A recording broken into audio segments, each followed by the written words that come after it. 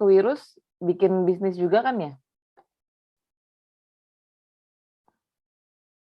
Praktikumnya.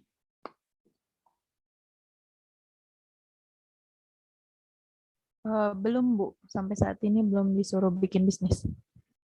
Udah keberapa? Meeting keberapa? Sama kan meeting ketiga? Meeting keempat? Meeting keempat, Ibu. Tapi masih bikin ide bisnis. Masih cari masalah ide. Masih cari masalah.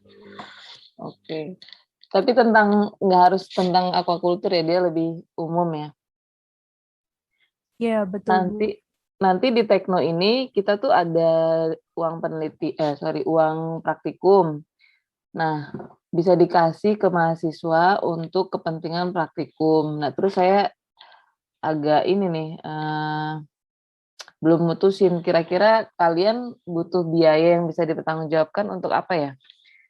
Kalau misalnya kayak bikin aquaculture kit gitu, ini uangnya nggak terlalu banyak sih dananya. Kayaknya kalau misalnya mau bikin yang high tech atau yang kit-kit yang butuh biaya banyak nggak bakal cukup. Jadi coba dari sekarang ini deh mulai dipikirin kira-kira kalau untuk kelompoknya ketika dikasih dana itu bisa dipakai untuk apa gitu yang bisa dipertanggungjawabkan. Kalau kayak yang kemarin Aquastar ya kalau nggak salah, yang tentang branding sama marketing mungkin kan modalnya ya paling untuk desain, untuk bikin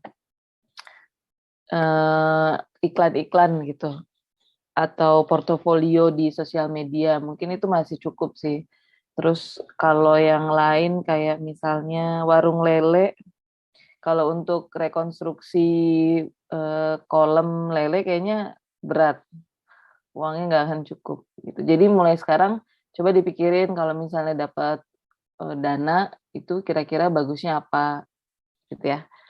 Jadi at the end of the day, ntar akhir praktikum itu kalian bisa menampilkan profil usaha yang mantap gitu. Jadi misalnya kalau mau aquaponic kit yang budik damber misalnya yang pakai ember, pakai aqua gelas itu mungkin cukup. Nah, dengan kalian punya itu, kalian ntar foto-foto, bikin video atau video tutorial, itu kan pasti menambah nilai nilai lebih di profil usaha. Akhirnya ntar pas akhir praktikum bisa ada videonya, bisa ada pokoknya profilnya bagus. Gitu. Jadi mulai sekarang coba dipikirin aja. Saya nggak tahu kapan dananya turun, cuman mungkin bisa sih sebelum UTS tuh bisa. Jadi kalian ada waktu untuk bikin sesuatu lah dari dana itu. Oke, kayaknya ini udah hampir semua yang datang ya. Ada 1-2 yang masih terlambat. Saya mulai aja ya. Saya share screen dulu.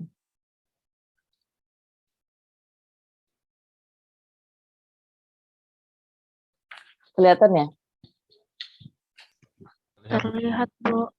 Oke, Assalamualaikum warahmatullahi wabarakatuh. Selamat siang waktu Indonesia. Kalau di sini masih jam 8 pagi.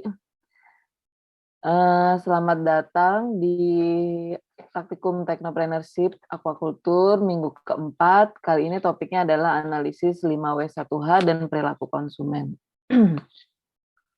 Ini PowerPoint-nya itu udah default ya, jadi saya nggak menambah apapun. Jadi kelas 1-nya yang dipegang Bu Yani itu sama, dapat materinya seperti ini.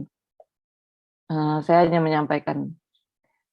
Analisis 5W1H itu sebenarnya adalah suatu analisis yang dapat digunakan untuk satu, misalnya identifikasi masalah. Yang kedua, identifikasi strategi atau solusi apa yang harus dilakuin supaya masalah tersebut dapat teratasi. Nah, kenapa 5W1H atau 5W1H ini banyak digunakan gitu ya? Karena dia punya beberapa keunggulan karakteristik. Yang pertama, sederhana. Sederhananya kenapa? Karena dia nggak butuh orang yang terakreditasi untuk menggunakan untuk pengajuan pertanyaan 5W1H ini. Jadi kalau ada beberapa instrumen atau alat identifikasi atau analisis, itu ada yang kadang butuh orang khusus gitu. Misalnya orang yang udah punya sertifikat khusus untuk ngelakuin analisis gitu. Tapi kalau 5W1H ini boleh siapapun karena masih umum. Yang kedua itu dia sistematis, ada polanya gitu. Jadi ada 5W-nya terjawab, 1H-nya terjawab. Jadi dia urut, kemudian jelas karena semua aspek bisa terjawab. Yang ketiga dia serbaguna karena bisa digunakan untuk bidang apapun dengan masalah apapun karena general ya. Yang keempat dia komprehensif dan menyeluruh. Jadi berbagai sudut pandang masalah sampai solusinya itu akan dilihat atau ditinjau dari aspek yang menyeluruh karena memuat 5W, 5 pertanyaan dari huruf W itu dan 1H. Nah, 3 tahapan utama dari metode 5W1H ini adalah satu, kita harus deskripsikan atau kita harus fakta nih dari suatu masalah. Kita harus tahu faktanya tuh apa, masalahnya tuh di mana. Nah, yang kedua baru kita lihat lagi sebenarnya faktor atau akar masalahnya tuh apa. Jadi ntar akar utamanya masalah apa, nanti kalau bisa di breakdown lagi akar-akar lainnya gitu ya. Jadi bukan yang utamanya tuh apa kira-kira penyebabnya. Nah, yang ketiga tahapannya baru menyusun atau merancang tindakan yang efisien dan efektif sebagai solusi dari masalah tersebut. Jadi kan udah tahu nih penyebabnya apa. Baru nanti kita ajukan solusinya kira-kira apa. Kayak misalnya kemarin ada yang thread-nya adalah bakal ada kompetitor dalam 1-2 tahun ke depan. Nah, baru nanti faktornya apa nih? Oh, faktornya adalah bahwa teknologi ini tuh sangat mudah diadaptasi orang, sangat mudah ditiru orang, jadi akan banyak kompetitor yang masuk. Kalau sekarang orang belum melek istilahnya, belum pada sadar bahwa bisnis ini tuh menguntungkan. Tapi ketika dia lihat ada satu perusahaan yang maju, nah dia baru kepikiran tuh, dan ternyata dia lihat, wah ini gampang banget ditiru nih. Makanya kompetitor akan bermunculan gitu. Nah, kira-kira strateginya apa kalau gitu?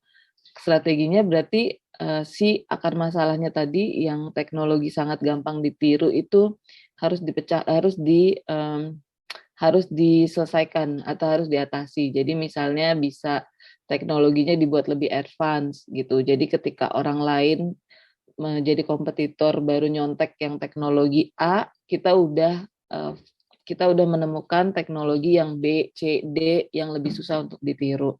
Atau yang kedua, misalnya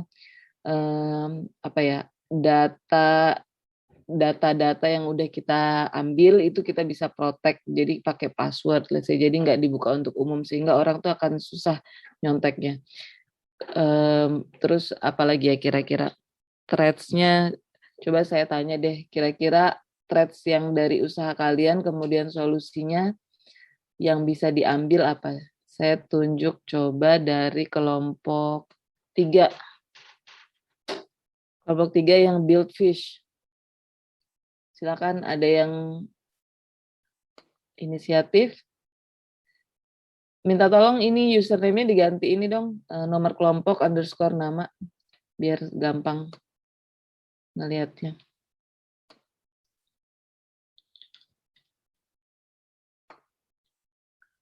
Coba perwakilan Buildfish.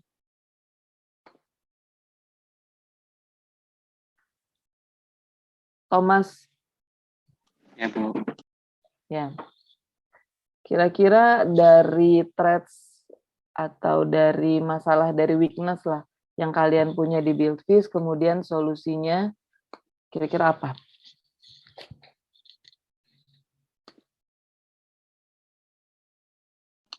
Kan kemarin ini ya, kalau misalnya untuk mau punya apa, yang pertama itu cakupan wilayahnya kecil kan, soalnya itu masalahnya dari memang yang punya skill untuk membangun atau yang bisa mengkonstruksi infrastruktur itu sedikit, cuma beberapa orang yang bisa. Nah, mungkin untuk solusinya bisa melalui ini,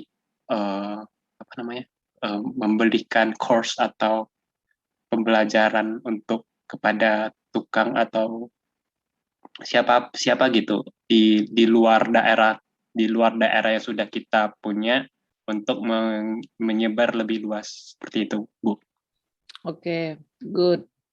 Saya minta satu lagi deh, kelompok 6, Fish Hospital. Ada yang mau volunteer atau inisiatif? Triana Dewi. Ya, Ibu. Silakan. Untuk ancamannya tuh kan dari Fish Hospital itu kalau misalkan udah 1 kali ikut konsul tuh bisa jadi mereka cari obatnya tuh dari yang lain yang lebih murah gitu ya. Untuk solusinya sendiri mungkin kita bisa kerjasama sama produsen obat di daerah-daerah yang produsennya itu udah kalau bisa yang produsen besar gitu Ibu. Jadi biar orang-orang yang udah konsul ke kitanya juga nggak nyari obat dari yang lain gitu. Oke. Jadi kalau misalnya 1 kali konsultasi kemudian dia nggak beli lagi, nggak mau konsultasi lagi karena udah tahu jenis obatnya, terus solusinya kalian kerjasama sama perusahaan besar di berbagai daerah gitu. Iya Ibu. Jadi biar Itu agak kurang match sih kayaknya, tapi nggak apa-apa. Tapi at least ada kepikiran solusi. Nanti ketika ada 5W1H mungkin lebih matang lagi solusinya. Oke, saya lanjut ya. Oke, itu tadi 3 tahapan. Sekarang apa sebenarnya 5W1H itu? 5W1H itu kan kalau di bahasa Inggris itu 5 kata tanya ya, sama 1 H-nya jadi 6 kata tanya. Nah, 5W1H ini berbagai macam benefitnya atau penggunaannya. Contohnya kalau di sini untuk suatu proyek, what? 5W itu what, who, where, when, why. Dan 1 H-nya itu how. Nah, what itu kan artinya apa ya. Jadi di sini harus jelas apa proyeknya, apa tujuannya gitu. Kemudian who, siapa kliennya, siapa saja penggunanya, siapa saja anggota timnya. Kita nggak berbicara market atau siapa pembelinya karena di sini untuk proyek. Kemudian where atau di mana proyek akan berlangsung misalnya. Kemudian when, kapan tanggal pengiriman, kapan akan dimulai, berapa lama periode proyeknya, dan sebagainya. Kemudian why, mengapa, itu juga harus dianalisis, mengapa proyeknya dimulai, apa alasannya, apa tujuannya, gitu. Kemudian how, bagaimana, ini agak panjang biasanya karena lebih ke mekanisme.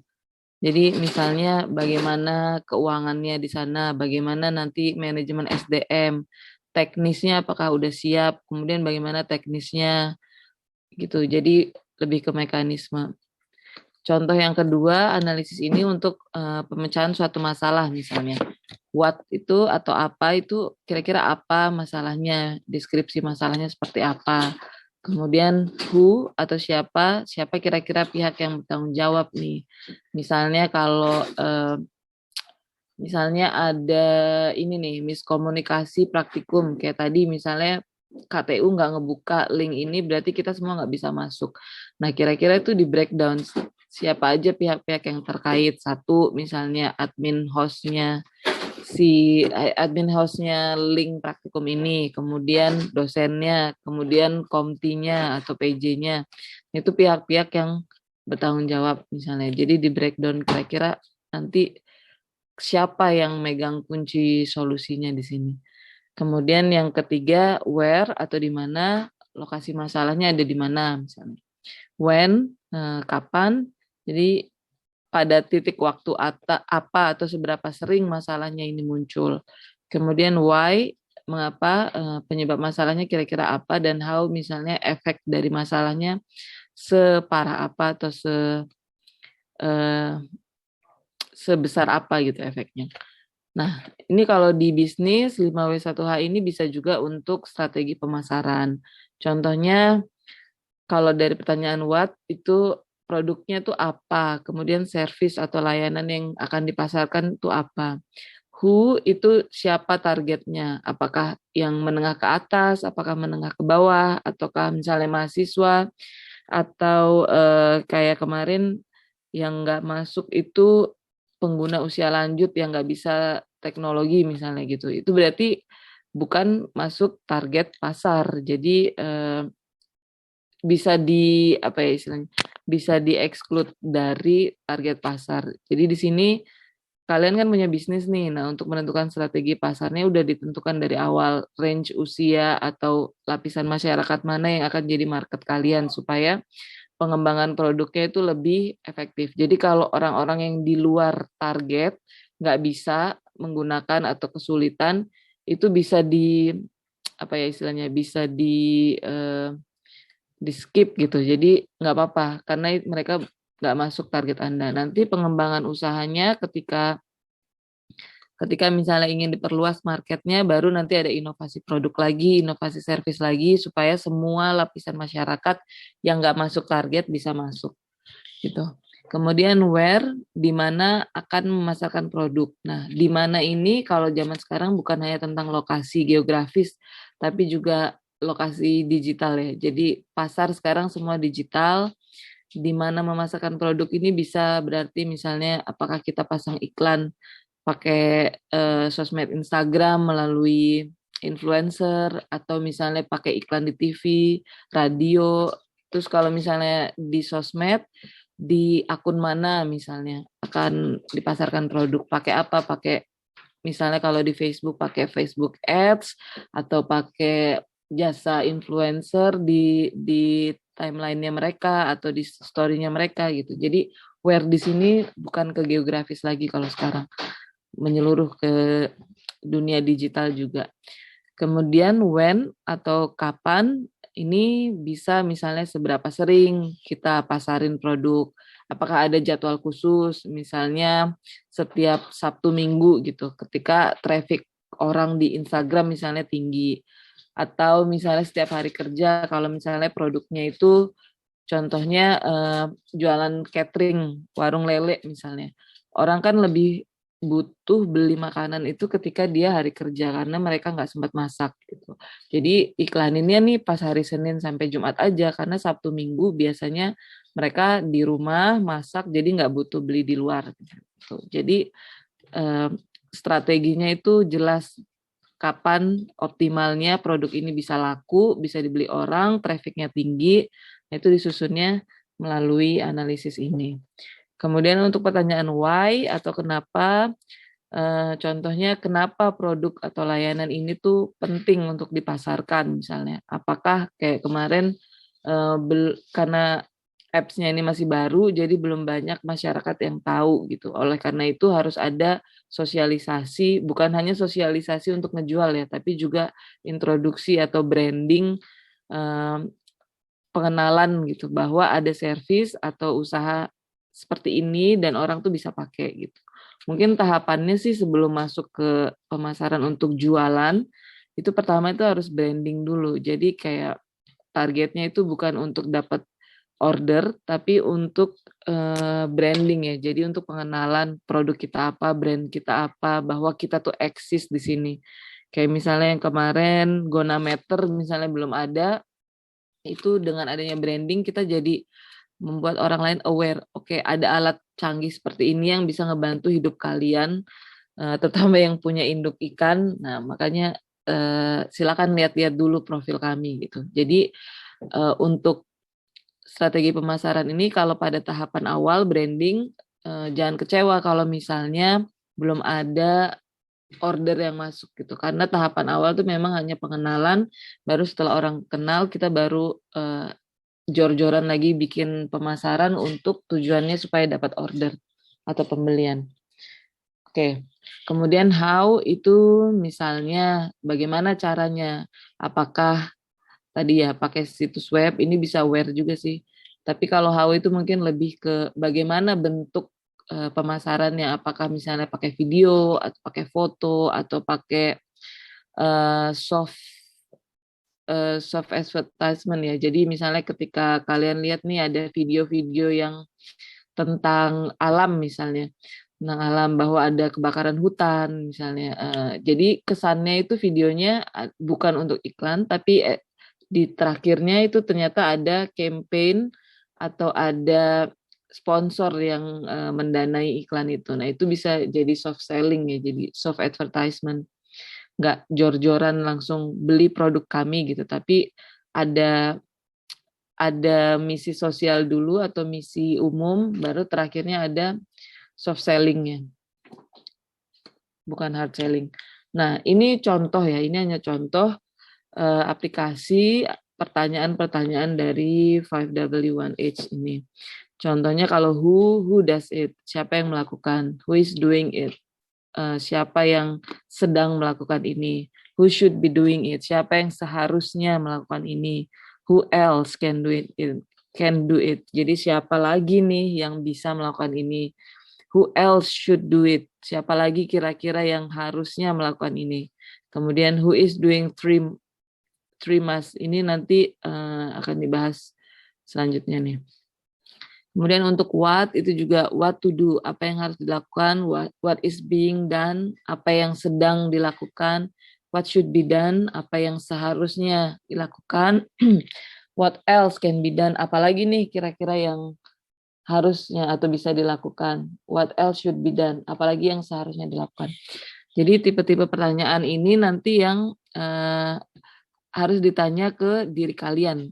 Ini bukan untuk survei ya, kalau pertanyaan ini itu lebih ke untuk diri sendiri. Misalnya, apa sih yang harus kita lakukan nih? Jadi pertanyaan ke tim, kita harus lakuin misalnya inovasi produk, diversifikasi produk, atau kita harus lakuin branding dulu gitu. Kemudian ntar ditanya lagi, yang udah kita lakukan sampai saat ini tuh apa yang udah dikerjain? Oh, saat ini kita baru nentuin nama komersil, misalnya kayak Edufish, Jarak, itu kan nama-nama komersil yang belum pasaran. Kemudian tanya lagi nih ke diri sendiri atau ke tim, what should be done kalau gitu? Apa yang belum dilakuin dan harus dilakuin? Kemudian what else? Apalagi yang bisa kita lakuin selain yang udah disebut tadi? Gitu. Jadi ini pertanyaan-pertanyaan untuk membantu kita mikir strategi selanjutnya. Kayak tadi ini contohnya lagi untuk how can this method be used in other areas. Jadi apakah metode ini tuh general bisa dilakuin untuk semua daerah misalnya, ataukah khusus untuk di Jakarta aja bisa nih kayak gini. Misalnya apa ya kalau yang untuk di Jakarta? Gojek yang instan, pengiriman instan gitu. Bisa nggak kalau misalnya kita ngirim ke daerah lain dalam hari yang sama, sedangkan basis kita di Bogor misalnya. Kalau Jakarta masih mending, masih oke lah. Tapi kalau misalnya untuk ke Surabaya, berarti layanan sehari sampai itu nggak applicable gitu. Jadi metodenya atau service yang itu nggak bisa di-apply di area lain selain Jabodetabek misalnya. Kemudian ada pertanyaan lagi, is there any other way to do it? Apakah ada cara lain untuk melakukan ini? Jadi alternatif solusinya apa? Nah, ini dia trimus ya. Ini sebenarnya dari teori dari Jepang. Jadi ada namanya muda, murah, muri. Ada yang udah pernah tahu belum ini? Saya tanya deh. Maulana Qori.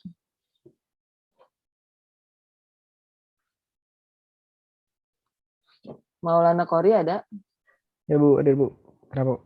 Udah pernah dengar tentang konsep ini, muda, murah, muri?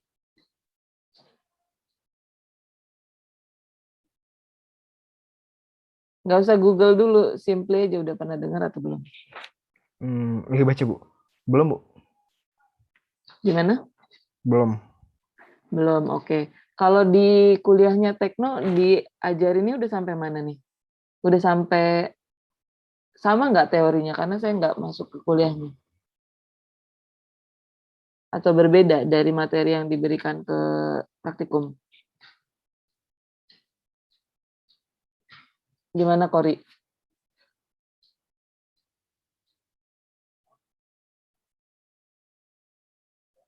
Halo, Kori.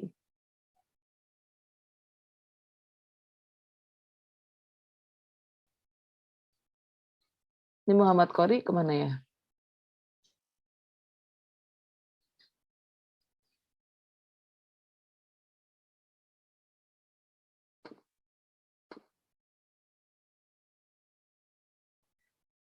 Kori lose ini ya, lose connection atau gimana nih? Saya tanya yang lain deh. Bulan ada? Oh iya Ibu ada.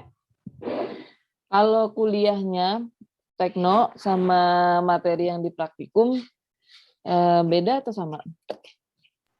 Kebetulan kalau untuk kuliah tekno sendiri belakangan habis praktikum, Bu. Jadi praktikum dulu baru kuliah buat Oke. jadwalnya. Oke. Kalau yang pertemuan kemarin ngebahas apa? Coba saya nanya Retno Sari. Yang pertemuan kemarin membahas Iya, apa Ibu. kuliahnya?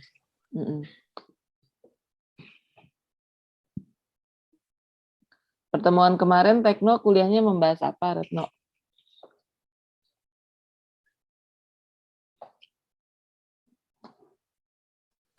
Kemarin baru bahas pengembangan produk aquaculture, Bu.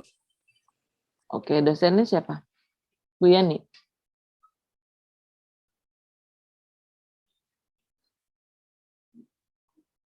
Dosen yang masuk siapa?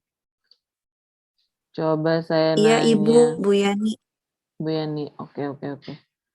Ini Kori yang ini ya, belum connect lagi ya? Oke, saya lanjut kalau kayak gitu. Oke, sekarang apa sebenarnya muda, murah, muri? Nah, sekarang coba saya kasih lihat dulu deh ininya nih. Contohnya, kita lihat di gambar ini, muri, ini contohnya, murah itu seperti ini contohnya, kemudian muda itu seperti ini, kemudian kalau nggak ada muda, murah, muri ini seperti ini. Silakan, saya minta inisiatif atau partisipasi yang mau menjelaskan. Dilihat dari gambar aja. Nggak mesti benar ya, pokoknya yang penting berani mengemukakan pendapat dan bisa menganalisis. Ada yang mau inisiatif? Ibu, mau Bu, boleh? Silakan. Ya Bu, muri, muda, murah. Nah, kalau muri itu yang bisa dilihat dari gambar ya, contoh ilustrasinya itu, dia itu kayak overload gitu Bu, overburdened Bu. Dia memposisikan diri kayak apa ya, kayak melebihi kapasitas ataupun dimaksimalkan di satu lokasi aja kayak gitu, di satu kendaraan ini gitu Bu, terkait angkutannya. Itu kalau muri gitu kan. Kalau murah itu dia misalkan ada beban ini 6 ton, dia itu bervariasi gitu Bu, dibagi menjadi dua mobil, dua angkutan, tapi divariasikan. Ada yang satu ngangkat 4 ton, yang satu 2 ton, seperti itu. Terus kalau bagian muda itu dia malah melebihi ini Bu, apa namanya? Terlalu banyak mobilnya kayak gitu, terlalu membuang waste, membuang mungkin harga jalannya kayak gitu terkait kendaraannya. Nah, kalau nomuri, murah, or muda itu dia seimbang gitu Bu, sama-sama 3 ton Bu. Oke, makasih penjelasannya. Aduh, sorry. Suden ya, siapa ini? Ya, Suden Bu. Suden, oke, thank you Suden. Coba yang lain ada yang mau nambahin atau ikutan bicara? Silakan yang pengen inisiatif. Kalau enggak ntar saya tunjuk. Tapi Ibu, saya lebih... Bu, mau coba Bu? Sebutkan nama. Nama saya Wali Mafazan, NIK-nya C1121. Kalau berdasarkan dari gambar yang bisa kita simpulkan, kalau muri itu dia bebannya tuh berlebihan atau overload gitu Bu, dari muatannya. Terus kalau murah itu dia tidak merata Bu. Jadi ada pemborosan gitu Bu. Yang mobil yang depan tuh sebenarnya masih bisa disimpan, yang satunya yang ada di atas itu Bu, di mobil yang belakangnya. Kalau untuk satu lagi apa ya Bu? Muda ya Bu. Kalau muda itu pemborosan gitu Bu, nggak efisien. sebenarnya si muatannya bisa dibagi ke jumlah mobil yang lebih sedikit gitu, Bu. Oke. Oke. Makasih jawabannya, Wali ya. Saya catat yang jawab-jawab ini. Sama yang enggak, ini juga saya catat. Yang dipanggil enggak muncul. Oke. Ada lagi yang mau nambahin? Sekarang coba kalau misalnya kalian hubungkan dengan produksi ya, produksi budidaya ikan, atau misalnya ini deh yang paling dekat bisa juga ke bisnis kalian. Kira-kira aplikasi Muri itu kalau misalnya contohnya di aquacare misalnya Muri itu kayak gimana? Atau misalnya yang lebih gampang kalau di budidaya ikan itu kayak gimana? Contohnya, ada yang mau inisiatif? Izin Bu. Silakan. Baik Bu, terima kasih. Jadi kalau untuk di budidaya ikan sendiri, kalau Muri itu mungkin lebih ke arah memaksimalkan tempat untuk budidaya gitu. Jadi mungkin kalau Muri itu bisa dilakukan untuk budidaya yang super intensif. Cuman kalau dari gambar ini sih Murinya terlalu overload tuh Bu. Jadi emang butuh perhatian khusus, mungkin malah jadi banyak operasional yang keluar gitu Bu. Sementara kalau yang murah, dia itu karena ngasih imbang, yang satu mungkin banyak, yang satu sedikit, jadi misalnya di budidaya, jadi ada kolam yang tidak maksimal gitu Bu hasilnya. Nah, untuk yang muda, itu mungkin kalau dibandingkan, dihubungkan dengan budidaya, itu mungkin jatuhnya ke arah ekstensif Bu, jadi itu tidak maksimal dalam memanfaatkan lahan yang ada Bu. Nah, kalau Nomuri murah dan muda cukup maksimal, jadi itu mungkin yang intensif Bu. Kalau itu dihubungkan oleh yang budidaya. Terima kasih Bu, itu pendapat saya Bu. Oke, good, bagus. Ya, itu tadi kalau dihubungkan sama budidaya. Well mentioned sih, udah kebayang gitu kan. Nah, sekarang kalau ada contoh lain nggak? Bisa di budidaya, bisa di bisnis kalian, atau bisnis orang lain deh, terserah, contoh aja. Ada yang mau inisiatif? Saya tunjuk nih. Tadi cewek belum ya, ada yang belum nih. Coba Anes Silvana. Hadir Bu. Ya, ada, bisa kasih contoh nggak Nes? Kira-kira kalau di usaha atau di budidaya atau di apapun, konsep ini tuh kayak gimana? Mungkin kalau yang Muri itu saya misalnya pakai contohnya udang ya Bu. Misalnya kalau misalnya udang itu dalam satu tambak misalnya kapasitasnya 1.000. Cuman karena Muri ini dia kelebihan kapasitas, selalu berani ngambil resiko, mungkin dia taruh jadi 1.500 misalnya gitu.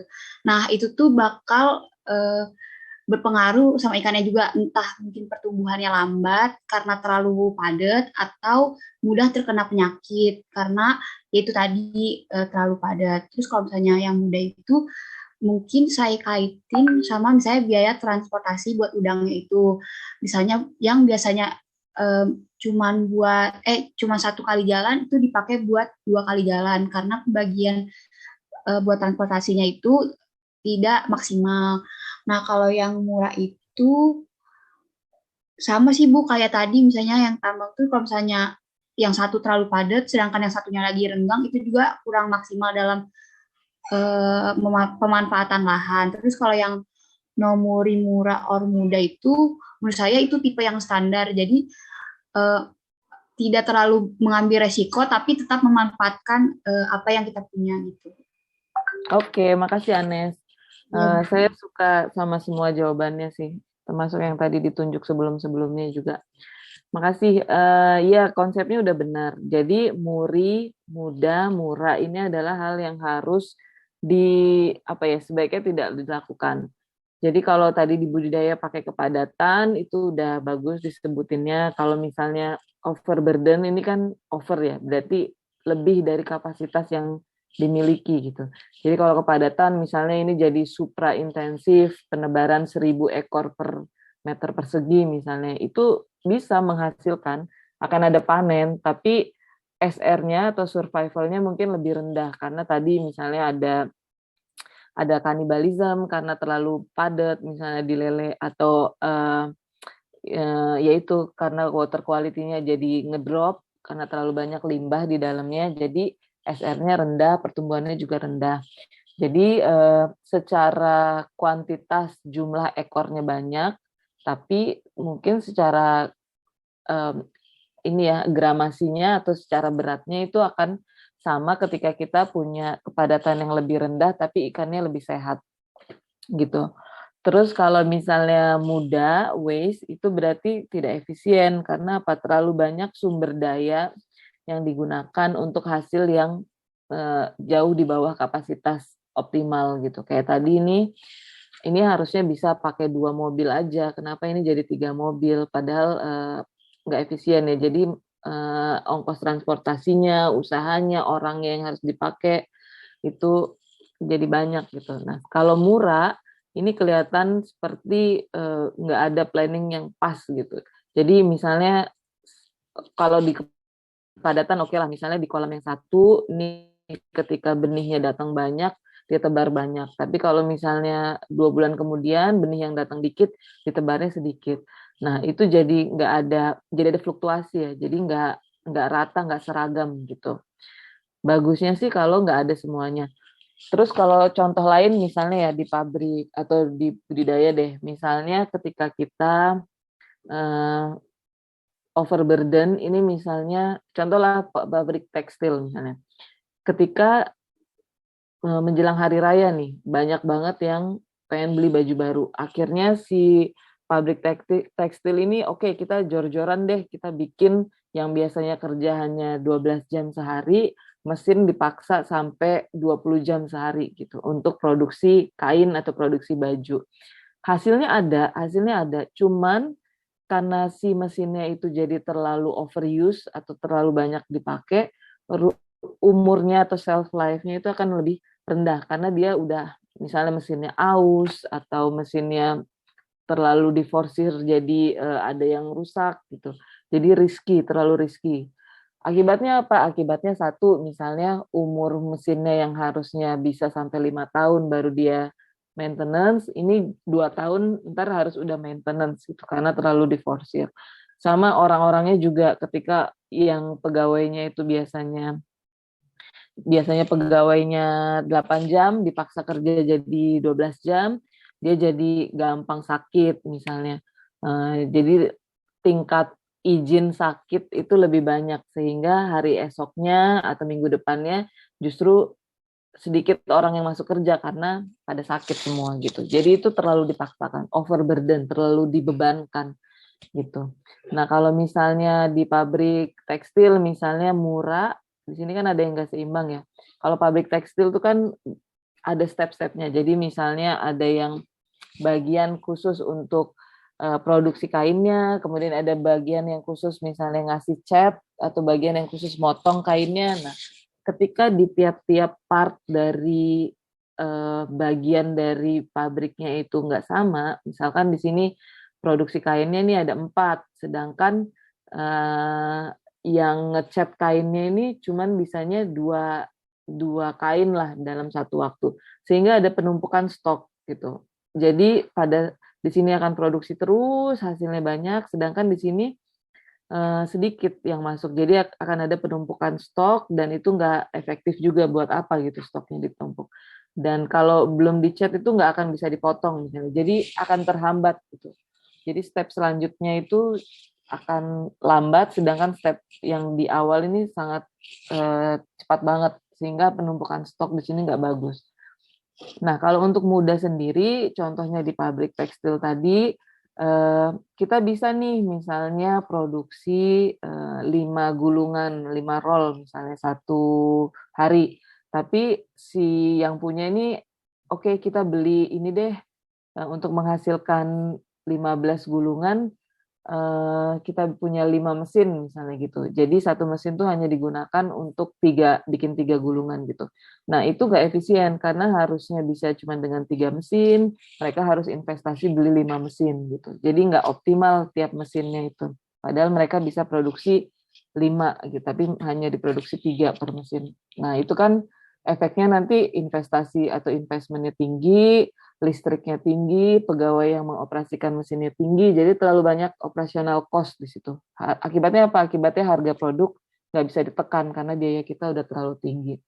Nah, yang bagus gimana? Yang bagus kalau si murah dan muda ini nggak ada. Caranya gimana? Caranya tuh benar-benar harus ada planning atau strategi di awal.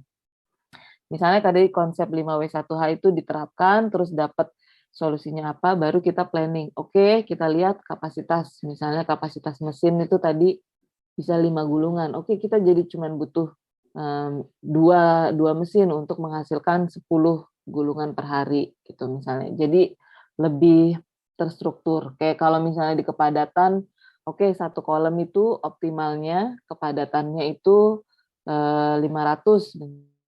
Kita punya 1000 benih nih, oke, kita buat 2 kolom aja, kita nggak dijadiin semua satu kolom karena hasilnya itu malah lebih jelek, dan kita juga nggak jadiin terlalu banyak kolom karena nanti terlalu banyak operasional cost atau biaya operasional gitu. Dan kita imbangin ini jadi 3-3 bukan 4-2. Nah, kalau untuk konsepnya di tambak ya, misalnya tadi kan banyak kebahas tambak. Tambak itu kan kita pakai tanah alami misalnya. Jadi tambak yang pakai tanah ya bawahnya.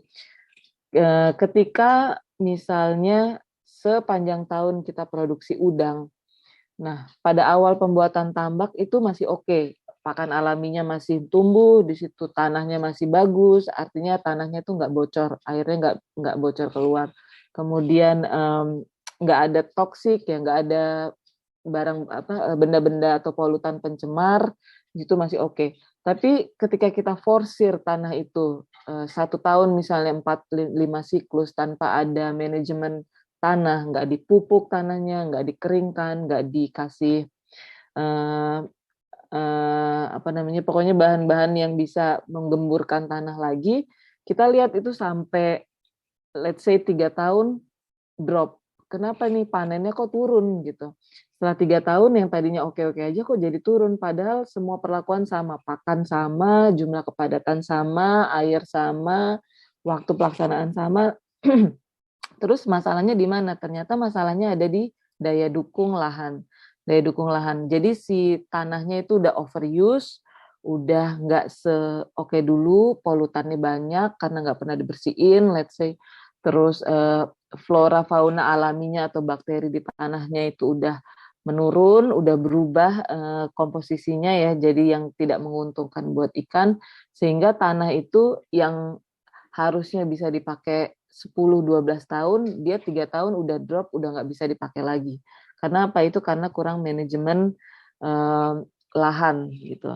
Nah itu sama konsepnya kayak gini, ketika si tanah itu overburden, dia akan collapse. Kalau perusahaan lain bisa pakai sampai 20 tahun tanahnya, kita 3 tahun harus cari tanah baru. Itu karena overburden. Dan solusinya ya itu tadi, harus dipikirin gimana caranya supaya seimbang semua. Nggak mesti diforsir 1 tahun misalnya 4 siklus. Nggak mesti kayak gitu. Kita cukup 3 siklus aja.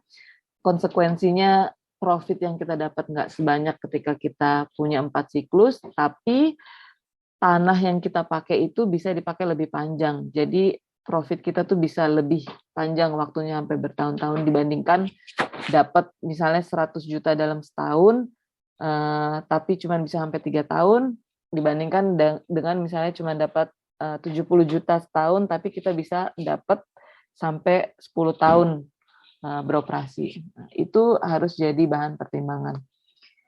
Nah, ada sistem. Ini nanti saya nggak bacain ya, teksnya karena terlalu banyak, ntar kalian baca sendiri aja.